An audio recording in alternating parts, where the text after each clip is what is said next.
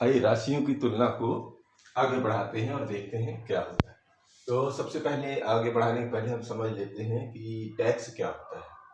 तो देश चलाने के लिए या शासन चलाने के लिए सरकार द्वारा आपसे कुछ योगदान लिया जाता है या आपके द्वारा दिया गया योगदान कि कहाँ पर देश हित के लिए वो कर कहलाते हैं। यानी आप जो सरकार को पैसा देते हैं देश चलाने के लिए वो कहलाता है कर, टैक्स। अब वो कितने प्रकार के होते हैं? तो बहुत प्रकार के होते हैं, लेकिन जो हमें हमारे क्लास में पढ़ना है इस वक्त वो कुछ ये रहे, इनको हम समझ लेते हैं। एक तो होता है बिक्री कर। बिक्री कर को हम लोग बोलते हैं सेल्स टैक्स, या इसको एसटी भी बोल देते हैं। क्या? एसटी भी बोलेंगे आगे चल के, कई जगह एसटी भी लिखा मिलेगा। मतलब हो गया सेल्स टैक्स, बिक्री कर। अब ये होता क्या है कि किसी वस्तु को बेचने पर सरकार द्वारा बिक्री कर लिया जाता है, इसे बिल की राशि में जोड़ दिया जाता है। बिक्री कर का मतलब होता है बिल की राशि में बिक्री कर का प्रतिशत जोड़ दें तो बिक्री कर निकल आता है। फिर आता है एक अगला कर, उसका नाम है वैल्यू एडेड टैक्स, या वैट के नाम से सुना होगा आपने।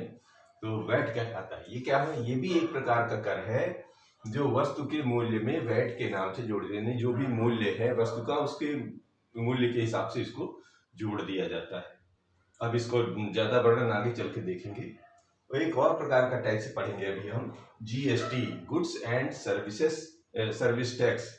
तो इसका मतलब ये होता है ये माल एवं सेवा। माल मतलब होता है जो आप सामान लाएंगे जाएंगे बेचेंगे, और सर्विस का मतलब होता है जो सेवा दे रहे हैं आप किसी काम के प्रति। तो ये दोनों पर लगता है ना। ये तो जो माल एवं सेवा का कर का संक्षिप्त रूप है। यह कर माल की आपूर्ति या सेवा या दोनों पर लगाया जाता है। और इसे कब से चालू किया? ये तो शुरू से चल रहा था मतलब इतिहास में भी, और ये 1 जुलाई 2017 से हमारे देश में लागू किया गया है। ठीक है जी, भारत सरकार द्वारा चालू कर दिया गया है। अब इसके कुछ सवाल हल करके देखते हैं हम लोग। अभी एक सवाल लेते हैं इसमें कि किसी दुकान पर एक जोड़ी रोलर स्केट्स वही होते हैं जो एक बने रहते हैं, वो लोहे के पट्टी में बने रहते हैं, उनमें पहिए लगे रहते हैं, उसमें लोग खड़े होके करतब करते हैं। तो पहियों पर घूमने वाला जूता जिसका मूल्य 450 रुपया था और वसूले गए बिक्री कर की दर 5% थी। कि बिक्री कर कितना लिया गया है? 5%। तो बिल की देय राशि ज्ञात कीजिए, यानी कि अब सही कितना पैसा दिया गया है। तो चलो जी शुरू करते हैं। तो यहां से उठाना पड़ेगा बिक्री कर की राशि। तो 5% का मतलब क्या होगा कि चूंकि यहाँ लिखिए बिक्री कर की दर 5%, बिक्री कर की दर कितनी है? 5%। बिक्री कर की दर 5% का मतलब होता है कि 100 रुपए में कर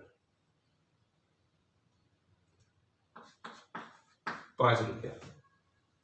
तो एक नियम से 1 रुपए में हो जाएगा 5/100। ये 100 इधर से लग जाता है, और रुपया कुल लगा है 450, यानी कि 450 में रेट लिखा हुआ है। तो 5/100 और ये धारा के गुणा हो जाएगा। जब 1 पर इतना तो 450 में कितना, ये एक नियम हो जाता है। तो 1 शून्य से 1 शून्य, तो 5 दूनी 10 और 5 एकम 5। अब ये बचा ऊपर 45, नीचे 2, भाग दे दीजिए। 2 दूनी 4, 2 दूनी 4, 2 पंचे 10। इतना रुपया तो कर आ गया। क्या आ गया? बिक्री कर आ गया ये। ठीक है जी, ये कितना आ गया? 22 रुपये 50 पैसा हमारा बिक्री कर आ गया, यानी जो 5% था। अब वो क्या क्या? बिल की देय राशि, यानी अब आपको कितना पैसा देना होगा। तो बिल कितना पैसा देना होगा उसका क्या तरीका है कि ये क्या लेंगे, बिल की देय राशि। बिल की देय राशि। बिल की देय राशि क्या होता है? यानी कि बिक्री कर जो लगेगा वो किस पे लगा जाता है? वो हमेशा जो उसका मूल्य होता है, वस्तु का मूल्य यानी क्रय मूल्य, यानी जो रेट लिखा रहता है, इसको क्या इतना मूल्य था, यही इसी को बोलते हैं क्रय मूल्य, यानी जितने पे खरीदा गया। और यानी जो आपने पट्टी चिपका रखी है यानी क्रय मूल्य, और इस पे जोड़ देते हैं क्या, ये कर राशि यानी कि बिक्री राशि है ना, इसको कहते हैं बिक्री कर राशि, ऐसा लिख देते हैं बिक्री कर की राशि। अब क्रय मूल्य कितना था यहाँ पर आपका 450 रुपया जो आपने दुकान पे लगा रखा था। अब इस पे जो है ये जो निकला है 22 रुपया 50 पैसा जोड़ दीजिए तो हो जाएगा 50 ये 50 पैसा तो ये हो गया, और ये हो गया 2, और ये हो गया 7, और ये 472 रुपये 50 पैसे आपको उतने पैसे के, यानी 450 रुपया जो उस पर चिट चिपकी थी उस पर जो आपको 22 रुपया 50 पैसे सरकार को टैक्स देने हैं, तो कुल मिला के दुकानदार आपसे कितना पैसा लेगा, 472 रुपये 50 पैसे। इसका मतलब ये हुआ कि उसमें बिक्री कर 5% जुड़ने के बाद ये राशि आपको भुगतान करनी पड़ेगी। एक आध और लेते हैं। अब ये इस प्रश्न को लेते हैं, ये 3 पार्ट में है और एक एक उठाते हैं। तो निम्नलिखित वस्तुओं को खरीदने पर 5% बिक्री कर जुड़ता है, तो प्रत्येक का खरीद मूल्य मतलब जो हम खरीदेंगे वो खरीद मूल्य, लेकिन दुकानदार के लिए वो क्या होगा, विक्रय मूल्य, क्योंकि वो उसे बेच रहा है। दोनों में अंतर समझ पा रहे हैं? जिसे हम यहाँ खरीद मूल्य कह रहे हैं वो हम खरीदने जा रहे हैं और दुकानदार उसे बेच रहा है, तो उसके लिए वो विक्रय मूल्य है और हमारे लिए खरीद मूल्य। अंतर समझ में आ रहे हैं? दोनों एक ही बात है। ज्ञात कीजिए, क्या करना है, पहले एक एक उठा रहे हैं। एक दिया हुआ है कि एक तौलिया है, वो उस पर रेट लिखा हुआ है 50 रुपया, ठीक है। अब हमें उस तौलिए पर कितना देना है, तो क्या कर लेंगे, पहले लिखेंगे यानी जो वहां पर जो क्रय मूल्य लिखेंगे, यानी कि 50 रुपया वो कह रहा है कि हमने खरीद के लाया, तो क्रय मूल्य हुआ कितना, 50 रुपया, और उस पर कर कितना है, बिक्री कर, कौन सा, ये बिक्री कर है, बिक्री कर कितना है 5%, और चाहिए क्या, खरीद मूल्य या विक्रय मूल्य, है ना, खरीद मूल्य या विक्रय मूल्य, खरीद या विक्रय मूल्य ज्ञात करना है, ठीक है। तो क्या करने किया जाता है, क्रय मूल्य में विक्रय कर का गुणा कर दिया जाता है, क्रय मूल्य में बिक्री कर का गुणा कर दीजिए। तो क्रय मूल्य था, तो पहले तो बिक्री कर गुणा करके बिक्री सॉरी क्या निकालना पड़ेगा, पहले ये निकालेंगे, खरीद इसका कर कितना हुआ वो निकाल लेते हैं। पहले क्या निकाल लेते हैं, बिक्री कर प्रतिशत का, तो कर राशि, बिक्री कर की राशि निकल आएगी, बिक्री कर की राशि यानी बिक्री कर में कितना पैसा लगना है ये निकलेगा। तो क्रय मूल्य था 50 रुपया और बिक्री कर था 5%। 5% मतलब होता है 5/100, या ऐसे लिख लीजिए, पहले लिख लीजिए 5%, इसका मतलब हो गया 50 में 5 का 100 में भाग, ठीक है जी।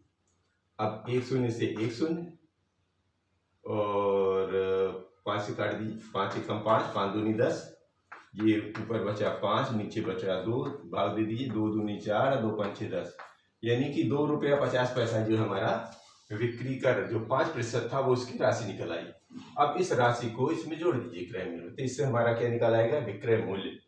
तो विक्रय या खरीद, क्योंकि यहाँ पर खरीद शब्द का इस्तेमाल है तो आप भी लिख दीजिए, खरीद मूल्य किस पे लगेगा, जो क्रय मूल्य था, क्या था ये, क्रय मूल्य में से ये बिक्री कर राशि, बिक्री कर।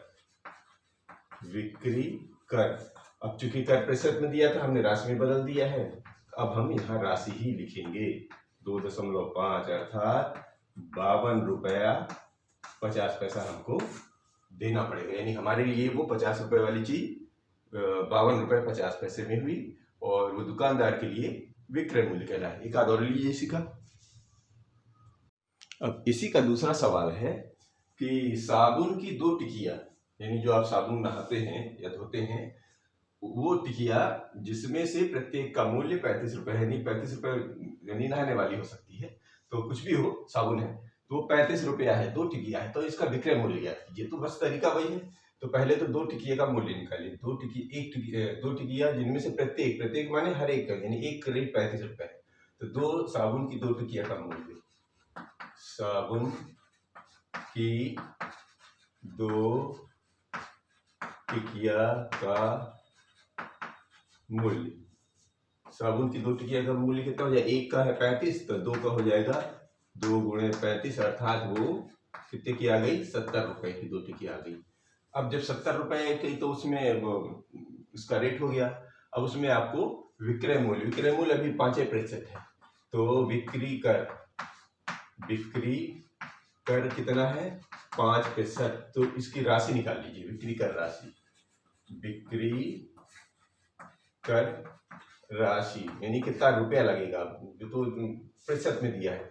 तो बिक्री कर राशि कैसे निकालेंगे? जो टिकिए का मूल्य होता है, यानी कि यहाँ पर हम इसका शब्द क्रय मूल्य का इस्तेमाल करिए और राशि और ये कर प्रतिशत, या ऐसे लिख लीजिए प्रतिशत। बिक्री कर, ठीक है। तो क्रय मूल्य यहाँ पर है इस वक्त 70 रुपए, बिक्री कर वही 5%, मतलब हो गया 5/100, है ना। यानी बिक्री कर कितना था? 5%, तो ये 5/100 हम यहाँ लिख दे रहे हैं। काट दीजिए, 0 से 0, 5 एकम 5, 5 दूनी 10, यानी ये आ गया 7/2, 2 का भाग दीजिए, 2 3 6 और 2 5 10, यानी 3 रुपये 50 पैसे ही आ गया हमारी बिक्री कर की राशि। अब हमको चाहिए खरीद मूल्य, तो लिखिए खरीद या विक्रय मूल्य। वो क्या होता है? वो यही होता है जो आपने पैसे में चुटके मिले थे, यानी कि क्रय मूल्य, इसको बोल देते हैं टिकिए का मूल्य, जिसी को हम बोल देते हैं क्रय मूल्य, यही तो बोलेंगे। तो ये हो जाएगा क्रय मूल्य में से, इसको जोड़ दीजिए, किसका? बिक्री कर राशि, यानी बिक्री कर, ये जोड़ देना है। तो क्रय मूल्य है हमारा है 70 रुपया, और ये राशि आई है 3 रुपये 50 पैसे, यानी कि 73 रुपये 50 पैसे का हमें भुगतान करना पड़ेगा, जिसको हम कहेंगे कि हमारी खरीद राशि है। और दुकानदार बोलेगा जी मेरा विक्रय मूल्य है। अब इसी का तीसरा पार्ट भी ले लीजिए। तीसरा पार्ट भी लेते हैं। देखिए, ये जो सवाल है ये हमारे दैनिक जीवन से जुड़े हुए हैं, इसलिए इनको थोड़ा सा अच्छे से समझ लीजिए कि कहाँ पर टैक्स लगता है। कई बार बहसबाजी होने लगती है, तो वो जो एक्स्ट्रा जो लिखा रहता है ना, वो सब जुड़ के लिखा रहता है, ध्यान रखिएगा। तो सब चलते हैं। तो अब जैसे मान लीजिए उसने कह रहा है कि आपकी बार 15 रुपया किलो आटा मिल रहा है, आपको आटा लेना है, और लेना है कितना? 5 kg। तो इसका निकालिए कितना लगेगा विक्रय मूल्य कितना, नहीं आपको अब कितना पैसा देना पड़ेगा। तो शुरू करते हैं। तो 15 रुपए की दर से 15 kg आटे का मूल्य यानी क्रय मूल्य कहलाया ना, 15 kg आटे का मूल्य, तो हो जाएगा 15 गुणे 5, यानी 1 किलो में 15 रुपए, तो 5 kg में 15 रुपए, यानी इतना 75 रुपया आपको उसका तो क्रय मूल्य हुआ। अब क्या कह रहा है वो लग रहा है बिक्री कर अभी भी 5% ही है। बिक्री कर कितना है? बिक्री कर अभी भी 5% है। तो राशि निकाल लीजिए, बिक्री कर की राशि। बिक्री कर की राशि क्या हो जाएगी? बिक्री कर की राशि वही 75, अब मैं वह नहीं लिख रहा हूँ, सीधे हिसाब कर देता हूँ। तो 5/100, ठीक है। तो गुणा भाग कर लीजिए, 5 एकम 5 और 5 दूनी 10 20, और फिर से 15 पना 75 और 5 चौके 20, ठीक है।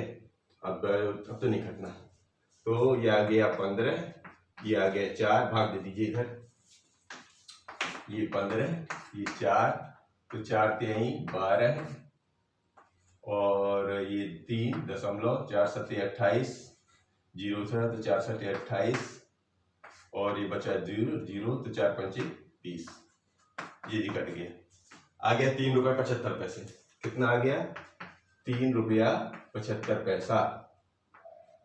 ये तो हमारा बिक्री कर की राशि आ गई। अब उस राशि में जोड़ दीजिए तो हमारा जो खरीद मूल्य निकल आएगा। तो जो हो जाएगा खरीद मूल्य या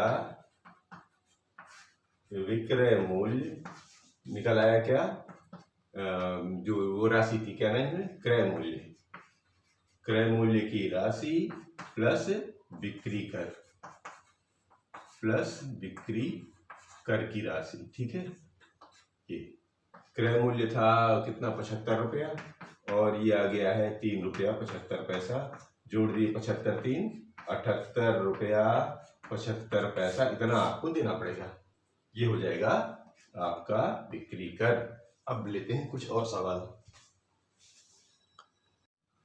अब ये प्रश्न लीजिए वैट से संबंधित। तो वैट जो है एक वैल्यू एडिड टैक्स। वहीदा ने एक कूलर 10% कर सहित 3300 रुपये में खरीदा।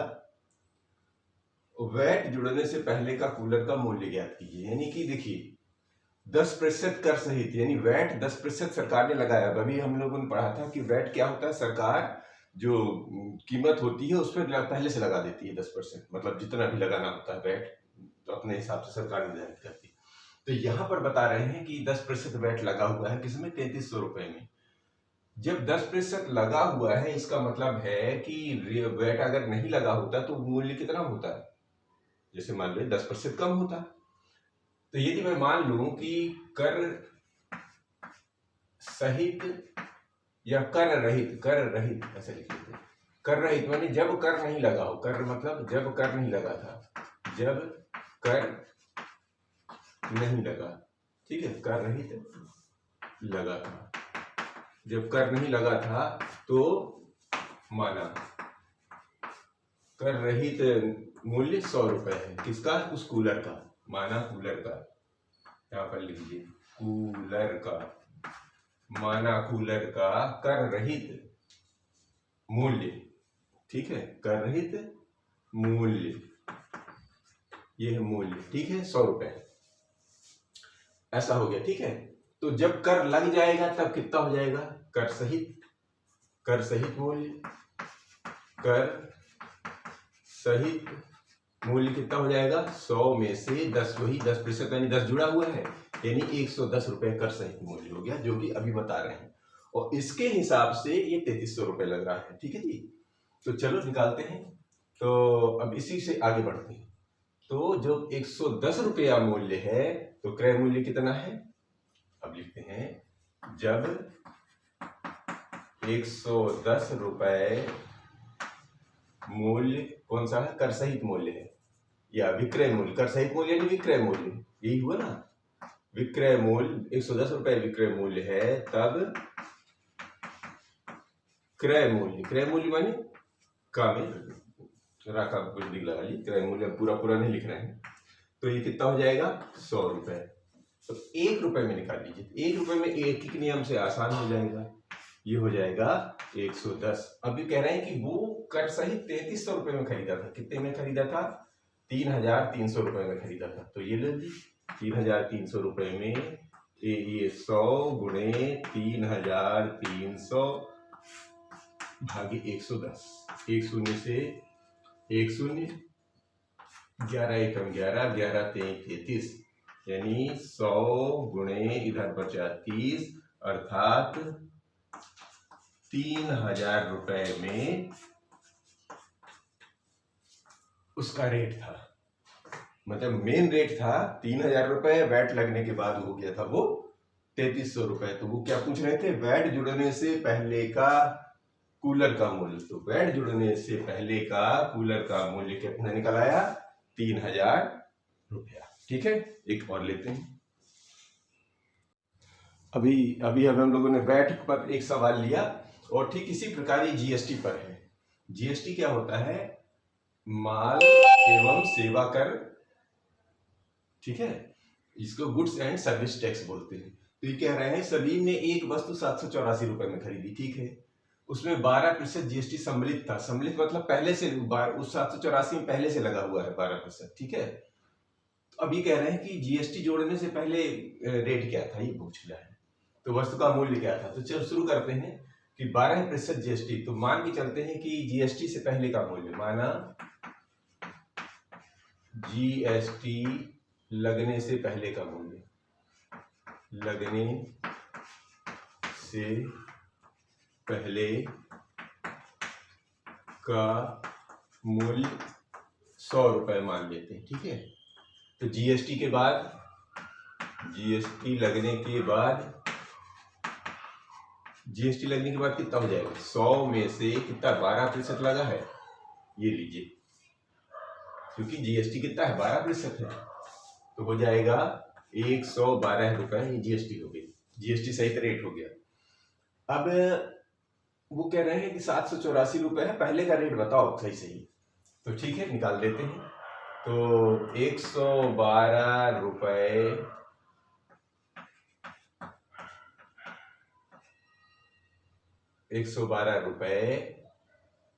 क्या है, बिक्री मूल्य, क्या है ये, बिक्री का विक्रय मूल्य न कहलाया, विक्रय मूल्य, ये ऐसा लिख लीजिए, विमूल्य, तब यानी सही रेट को क्या बोलेंगे, तब क्रय मूल्य कहलाएगा, क्रय मूल्य, क्रय मूल्य कितना था 100 रुपये इसको, ठीक है, पहले का मूल्य नहीं क्रय मूल्य। तो एक पर क्या आ जाएगा, एक नियम से लगा दीजिए, 100/112। अब वो रेट इस वक्त कितना है 784 रुपये, तो लगा देते हैं। तो 100 गुणे 784/112 काटते आना चाहिए, तो शुरू कर देते हैं, 2 से शुरू करेंगे तो 2 पंचे 10 और 2 छक्के 12, इधर शुरू कर दीजिए, तो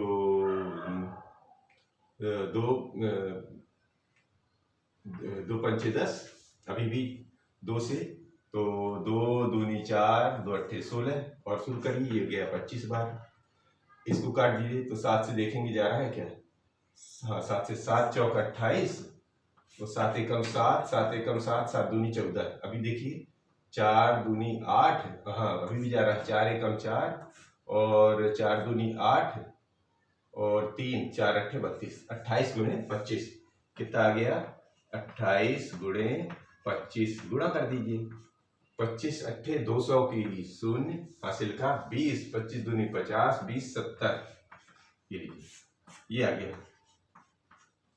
यानी वो रुपया, वो सब हमारा जो मूल्य, जो वस्तु थी सलीम ने जो खरीदी थी, वो दरअसल 700 रुपये की थी, जीएसटी लगने के बाद वो 784 रुपये में खरीदनी पड़ी। अब आप समझ पा रहे हैं, मिलते हैं अगली वीडियो में।